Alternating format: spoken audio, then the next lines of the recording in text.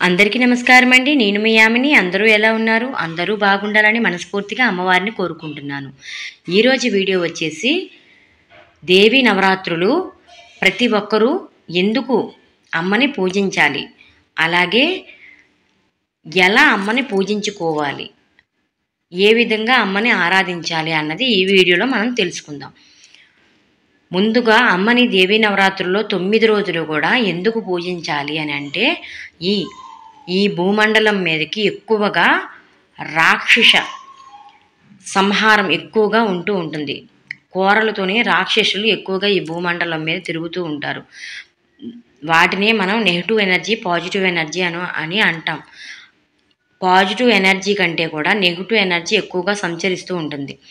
ఇలా అమ్మవారిని దేవీ నవరాత్రుల్లో మనం ఆరాధన చేయడం వల్ల మన ఇంట్లోకి కానీ మన ఒంట్లోకి కానీ ఎటువంటి అనారోగ్యాల బాధన పడకుండా, మన ఇంట్లో కూడా ఎటువంటి చికాకులు లేకుండా అమ్మవారిని ఆరాధిస్తే మన ఇంట్లోకి అమ్మ దయ ఉంటే అన్నీ ఉన్నట్టే కదండి. అమ్మవారిని ఆరాధించడం వల్ల మనకి పాజిటివ్ ఎనర్జీ అన్నది మన ఇంట్లో కానీ మన ఒంట్లో కానీ ఎక్కువగా ప్రజ్వలిస్తూ ఉంటుంది. అది మనకి రావాలి అనుకుంటే మన ఇల్లు, మన ఆరోగ్యం, మన శరీరం, మనం అంతా బాగుండాలి అనుకుంటే అమ్మవారిని మనం ఆరాధించాలి. అందుకే ఈ దేవీ నవరాత్రులు ప్రతి ఒక్కరూ కూడా చేసుకోవాలి. అమ్మ అంటే ఒక క్షేత్ర స్వరూపిణి, మీకు తెలుసు కదండి. అమ్మ అంటే శ్రీచక్రరాజ నిలయ, మణిద్వీప నివాసిని, శ్రీమత్ త్రిపుర సుందరీదేవి, ఆ లలితాదేవిని, ఆ పరాభట్టారిక తల్లిని ఎక్కువగా మనం పూజించడం వల్ల మనకి మన ఇంట్లోనే కానీ మన ఒంట్లోనే కానీ ఎలాంటి సమస్యలు అనేవి వచ్చినా సరే ఆమె చెయ్యి పట్టుకొని మనల్ని నడిపిస్తుంది.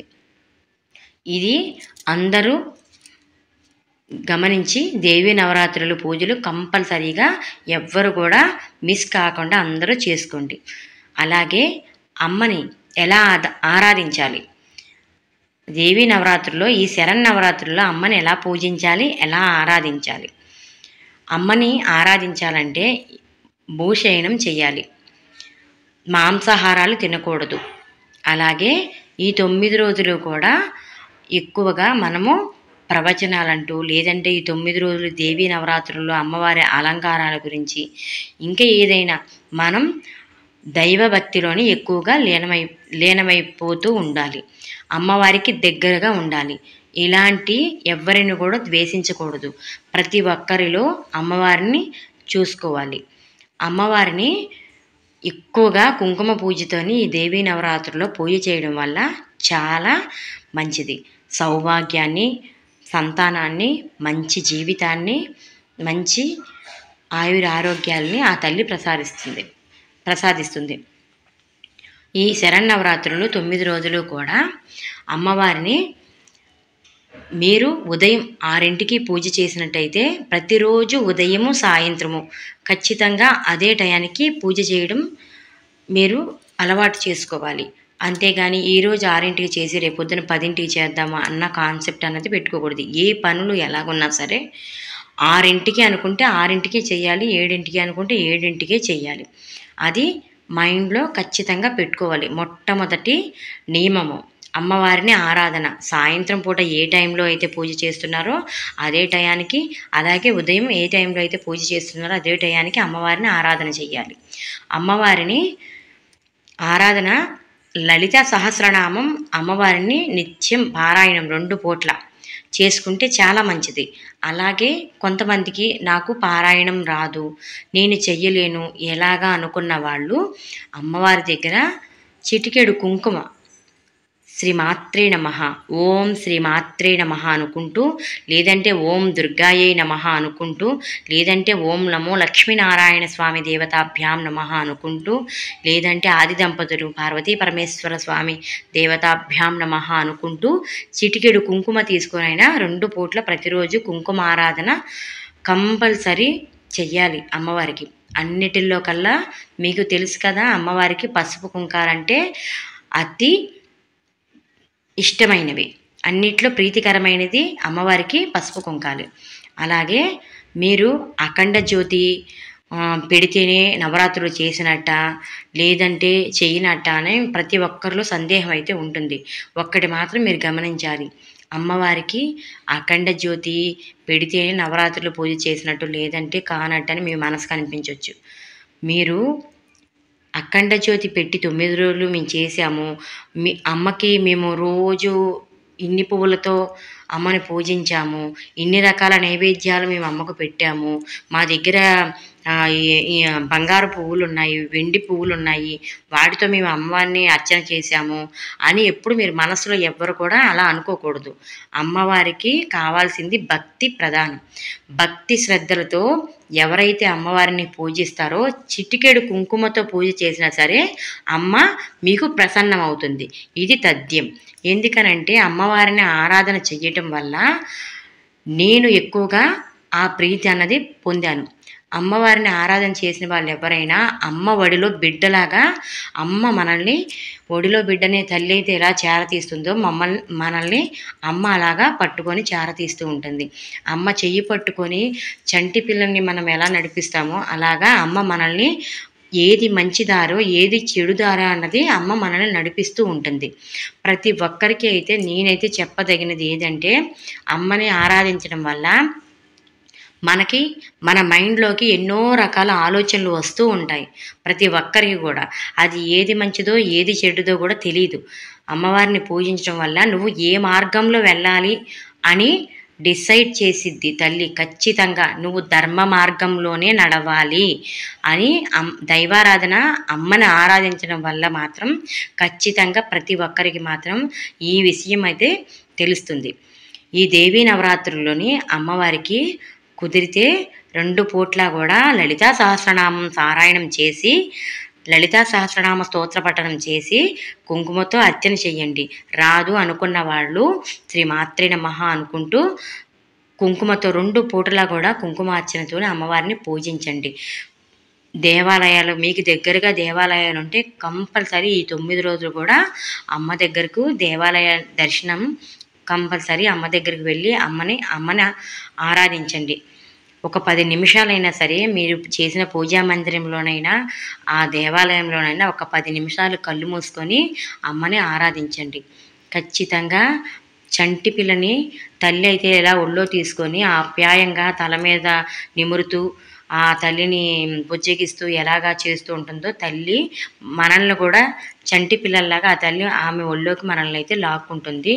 ఏ మార్గంలో మనం గబాలన పిల్లలు ఎటో ఒకటి మనం పరిగెడుతుంటే మనం ఎలాగ చేయి పట్టుకొని అటు వెళ్ళకూడదు ఇటు వెళ్ళాలని మనం ఎలాగా చంటి పిల్లలకు మనం చెప్తామో అలాగే అమ్మ కూడా ఏ దారిలో అయితే మనం నడవాలో ఆ దారిలోనే మనల్ని నడిపిస్తూ ఉంటుంది. దేవీ నవరాత్రులు 9 రోజులు కూడా ఎవరిని ఎటువంటి ఒక్క మాట కూడా అనకండి. ఎప్పుడు దైవనామస్మరణలోనే ఉండండి.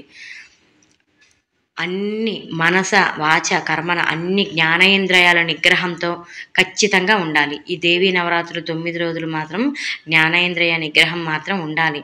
ఈ అమ్మని నియమనిష్టలతో భక్తి శ్రద్ధలతో పూజించిన వారికి అమ్మ ఖచ్చితంగా వాళ్ళకి వెన్నంటే ఉండి ఏదైతే మీకు కష్టం రాబోతుంది అని మీకు తెలీదు, కానీ అది ఖచ్చితంగా వస్తుంది. అది కొండంత ప్రమాదమైనా సరే ఘోరంత ప్రమాదంలాగా తల్లి ఆ ప్రమాదాన్ని మనల్ని దాటిస్తుంది. అమ్మని ఆరాధన చేయడం వల్ల అంత గొప్ప శక్తి మనకైతే కలుగుతుంది. ఈ ప్రపంచంలోని ఆది అంతము అమ్మవారే. ప్రతి స్త్రీమూర్తికి కూడా నేను చెప్పబోయేది ఏమిటి అంటే ప్రతి స్త్రీ కూడా అమ్మవారి స్వరూపమే. ప్రతి స్త్రీ కూడా ఒక క్షేత్ర స్వరూపిణియే. ఈ నవరాత్రులు 9 రోజులు అమ్మని ఆరాధించండి. పసుపు కుంకాలతోని నిండు నూరేళ్ళు పసుపు కుంకాలను ఇవ్వమ్మని ఆరాధించండి. అలాగే అమ్మను పూజించినప్పుడు మనం కూడా నిండుగా ఈ 9 రోజులు పసుపు కుంకాలతో కలకలలాడుతూ ఉండాలి. ఇప్పుడు మనము బాగా పూజ చేసి అలంకరణ చేసి అమ్మ ఎంత అందంగా ఉన్నావు నా దిష్టే తగులుతుందని మనం అనుకుంటాం కదా మన మనస్సులోని. అలాగే మనం అమ్మవారి ఎదురుగా పూజ చేసినప్పుడు కూడా అమ్మ మనలో చూసి అలాగే నా భక్తురాలు ఎంత అందంగా ఉంది, ఎంత బాగా ఉంది, నాకు ఇంత అందంగా ఇంత చక్కగా నాకు పూజ చేసి దీప నైవేద్యాలు నాకు ప్రసాదిస్తుందని తల్లి కూడా అలాగే మన పట్ల అలాగే భావిస్తూ ఉంటారు. కనుక అమ్మవారి పూజలు చేసేసాము, మేము చేసుకోపోయినా పర్వాలేదని చాలామంది అనుకుంటూ ఉంటారు. అలా ఉండకూడదు. తల్లిని ఏ విధంగా అయితే మనం పసుపు కుంకాలతోని బాగా ఒక నిండు ముత్తైదులా మనం ఎలాగా అలంకరణ చేస్తున్నామో మనము కూడా అలాగే కాళ్ళకి పసుపు, నుదుటిన బొట్టు, చక్కగా ఈ 9 రోజులు కూడా మంచి అలంకరణ చేసుకొని అమ్మను పూజించడం వల్ల అమ్మ కూడా మనల్ని చూసి ప్రీతి చెందుతారు. మన అమ్మవారి చూపు మన వైపు పడాలంటే ఆమె చూపు మన వైపు పడాలంటే అమ్మవారిది, మనం కూడా అలాగే మనము ఒక స్త్రీమూర్తి అంటే అమ్మవారి స్వరూపమే అని మనలో కూడా భావన రావాలి. అమ్మవారినే ఘనంగా అలంకరణ చేసి మనం ఏది అలంకరణ చేసుకోకుండా సింపుల్గా ఈ రోజుల్లోని స్టిక్కర్ బొట్లు పెట్టేసి హెయిర్ అంతా ఎరబోసేసుకొని చేసేసాము, మేము పూజ ఎంత బాగా చేసామో చూడండి అని చాలామంది కూడా చూపిస్తూ ఉంటారు. కానీ వాళ్ళ వరకు వచ్చేటప్పటికి జుట్టు అంతా విరబోసుకొని చిన్న స్టిక్కర్ బొట్టు పెట్టేసుకొని పూజ చేస్తూ ఉంటారు. అలా కాదు. అమ్మవారంటే ఒక క్షేత్ర స్వరూపిణి అని భావించండి. మీరు దగ్గరలో ఏ దేవాలయానికి వెళ్ళినా సరే అమ్మవారి దేవాలయాలు ఏ అయినా ఉంటాయి కదా, అలాగే మీరు అమ్మవారి దేవాలయానికి వెళ్ళినప్పుడు ఆ దేవాలయంలోనే మీకు వచ్చినది ఏదైనా సరే అక్కడ స్తోత్ర పఠనం చేసుకోండి. ఇప్పుడు లలితా సహస్రనామం మీకైతే వచ్చు అనుకోండి, అలాగే అక్కడికి వెళ్ళి అమ్మవారి దగ్గర లలితా సహస్రనామం పారాయణం చేసుకోండి. రాదు అనుకున్న వాళ్ళు ఓం ఐం హ్రీం శ్రీం శ్రీమాత్రే నమః అనుకోండి. లేదు అనుకున్న వాళ్ళు ఓం దుర్గాయే నమః అనుకోండి.